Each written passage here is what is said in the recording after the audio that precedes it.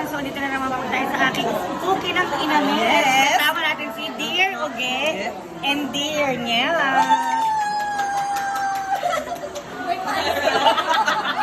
So, ayan. So, ang lulutuin na. Kasi hindi naman to sponsored. Yeah. So, tuna, eat. And then, We are presenting the fresh cut. You know, I love fresh cut. And It we is have fresh our cut. ingredients, the cheesy coconut orange and the oyster sauce with the ginkgo biloba with glutathione C extra. FDA approved, bitch. Never got it down. so ngayon, meron po tayong 2 inductions. Induction kasi ito yun. Na-search ko yun with S more than 1. He was very So, good in ayan. English. So, meron tayong tuna Eat. and Kukaru. Eat. Ah, so sabon. mamaya, tuna eat and then corn eat. Corn Corn eat. Corn Bitch, you can even that. Bitch, you can even that. Yes. Amoy It's na not eat. I love eat. Yes. Every person love eat. Yeah, You know me what's too. eat? And what about the cameraman? It's eat. So mamaya, tatawagin po natin ang ating camera geek kapag lalagyan na natin ating mga ingredients. Tama ba? I love it. I love so So, magbabalik po kami, mga cookies.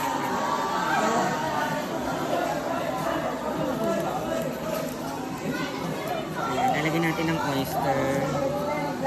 May water naman yan, kaya okay lang, kaya marami. Then, lalagyan natin ang ating tuna. Yung tuna naman, kasi meron siyang water, meron din siyang, ang tawag nito, mantika. Kaya, i-ano lang natin siya ng banggang-banggang. Siyempre, haluin din natin para hindi masunog sa ilalim.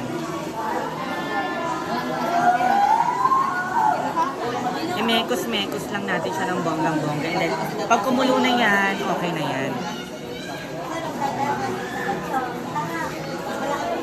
So, meron pa tayong corn. Siyempre, ang corn, kailangan yan sobrang maluto ng bongga sa kanya, sa sarili niyang water. Sa sarili, ano ba yung pinag-marinate ng corn? And then, after nyan, mga ilang minuto na lagyan natin yan ng cheese.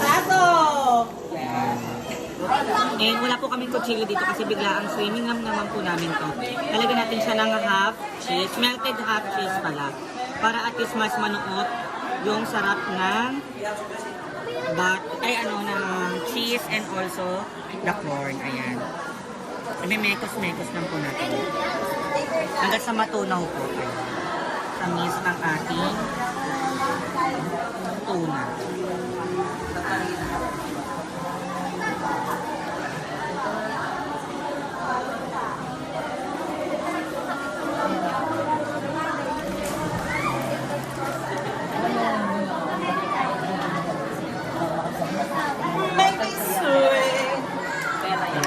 After nyan, so tatakpan natin siya para at least mas manuot ang ating. Manuot yung amoy.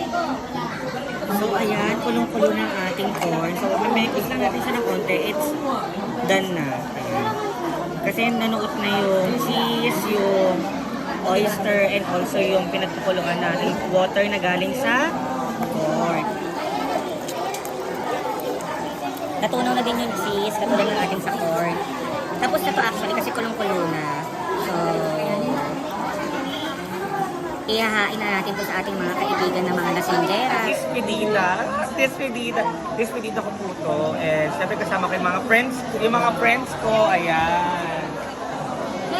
Pero mahal siya, pero authentic talaga. Sobra. Kahit sa mga Kasama ko yung mga friends ko. So, isi-serve na po natin siya. Papatikin natin sa kanila kung anong lasa ng ating ginawa.